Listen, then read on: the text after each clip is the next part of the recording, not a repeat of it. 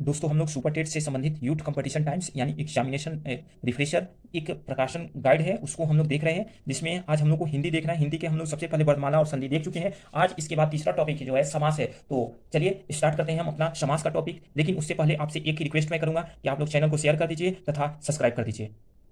दोस्तों तो यह हमारा तीसरा टॉपिक है समास। देखिए, पटभ्रष्ट में समास है तो कौन सा समास है? तत्पुरुष समास है।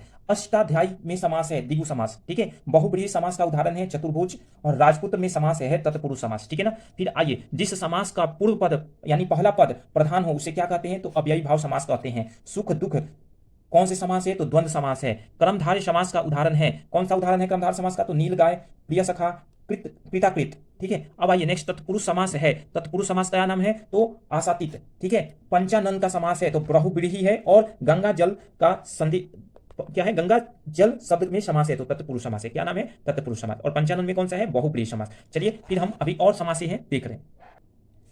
सतसई शब्द में समास है द्विगु समास है। ठीक है, धीरे धीरे में समास है अव्ययी भाव। ठीक है, चक्रपारणी में कौन से समास है? बहुब्रीहि समास है। क्रमधारय समास है नील गगन। ठीक है, वाच्य स्मृति शब्द में समास है अलुक और तत्पुरुष। ठीक है, नेक्स्ट देखिए, फिर आ रहा है आपसे युधिष्ठिर शब्द में समास है तो अलुक प्लस तत्पुरुष। ठीक है ना। गोबर गणेश में समास है तो तत्पुरुष समास। गोबर गणेश में कौन सा समास है? तत्पुरुष समास। ठीक है, अब आ जाइए फिर देशांतर में समास है।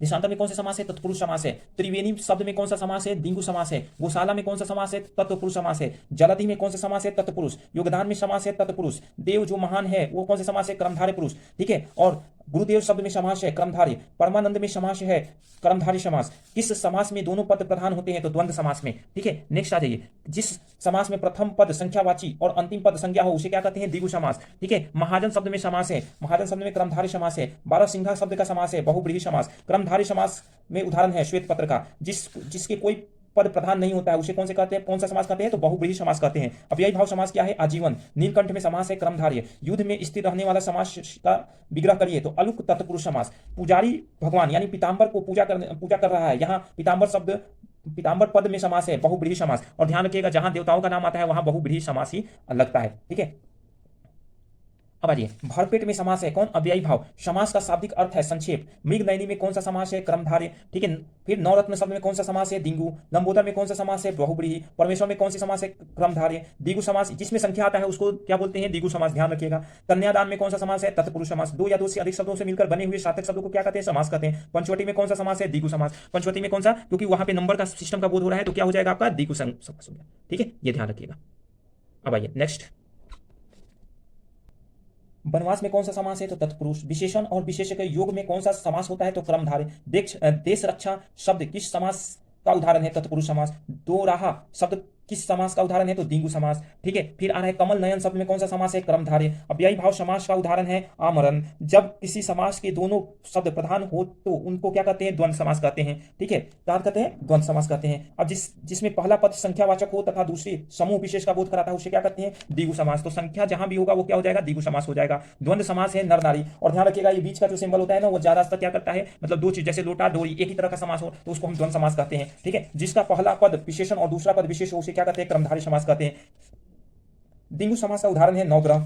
ठीक है, देख लीजिए, जिससे नंबर आ रहा है ना, नंबर आ रहा है यानी द्विगु है। चौराहा शब्द यानी द्विगु है। देख रहे हैं, चौराहा यानी चार जिससे रास्ता गुजरते हैं उन्हें क्या कहते हैं? द्विगु समास कहते हैं। ठीक है, अब आइए, नहीं दिखा? एक मिनट एक मिनट एक मिनट, हाँ, चौराहा हो गया। अब लिखने पढ़ने में कौन सा समास है? द्वंद्व समास है। जनतंत्र शब्द किस प्रकार का है? तो संबंध तत्पुरुष समास है। पंजाब शब्द में कौन सा समास है? बहुब्रीहि समास। यथाशक्ति में समास है अव्ययी भाव। रघुपति शब्द किस समास का उदाहरण है? तो बहुब्रीहि। स्त्री पुरुष में प्रयुक्त समास है द्वंद्व। देखिए, यहाँ स्त्री और पुरुष दोनों का क्या हो रहा है? अलग, मतलब सबको एक ही है लेकिन जोड़ा जाए, जैसे माता पिता, लोटा डोरी, इस तरह के जो शब्द आते हैं किसमें? द्वंद्व में आते हैं। ठीक है, द्विगु समास का उदाहरण है तो त्रिभुवन। जहां नंबर की बात हो तो यहाँ त्रिभुवन है तो त्रिभुवन कर लेंगे। तीन तीन जिसके त्रि मतलब तीन होता है, ध्यान रखिएगा। पतझर में समान है तो देखिए, नहीं, उपकुल में कौन सा समास है? अव्ययी भाव समास। पतझर में समास है कौन? बहुब्रीहि समास। प्राण प्रिय में कौन सा समास है? कर्मधारय समास। ठीक है, कौन सा समास है?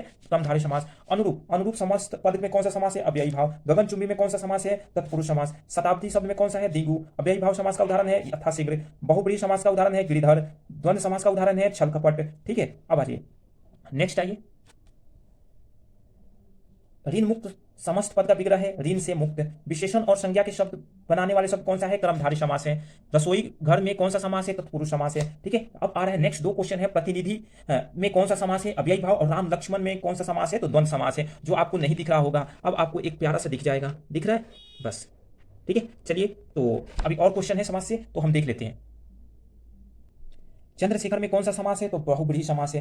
हानि लाभ में कौन सा समास है? तो द्वंद्व समास है। किस समास के अंतिम पद प्रधान होता है? तो तत्पुरुष समास का। गुणहीन का समान कौन है? तो तत्पुरुष समान। अकंठ में समास है कौन सा है? तो अव्ययी भाव। श्याम सुंदर में समास है अव्ययी भाव। तुलसीकृत में समास है तत्पुरुष समास। किस समास के दोनों शब्दों का समानाधिकरण होने पर कर्मधारय समास होता है? तो तत्पुरुष समास। अमृत धारा में समास विग्रह है अमृत की धारा। घर आंगन में समास है तत्पुरुष समास। जन्मांध शब्द में कौन सा समास है? तत्पुरुष। देवासुर में कौन सा समास है? द्वंद्व। पंचांग शब्द में समास है द्विगु। जिस समास के दोनों पद प्रधान होते हैं उन्हें कौन से कहते हैं? तो बहुब्रीहि समास। शरणागत शब्द में कौन सा समास है? तत्पुरुष समास। नीलोपंथ शब्द में कौन सा समास है? कर्मधारय समास। जितेंद्रिय शब्द में कौन सा समास है? बहुब्रीहि समास। अनुचित शब्द में कौन सा समास है? अव्ययी भाव। गुरुमुखी पद में समास कौन सा है? बहुब्रीहि। देशभक्ति में कौन सा समास है? तत्पुरुष समास। कष्ट साध्य में कौन सा समास है? तत्पुरुष समास। राष्ट्रभक्ति में कौन से प्रयुक्त समास है?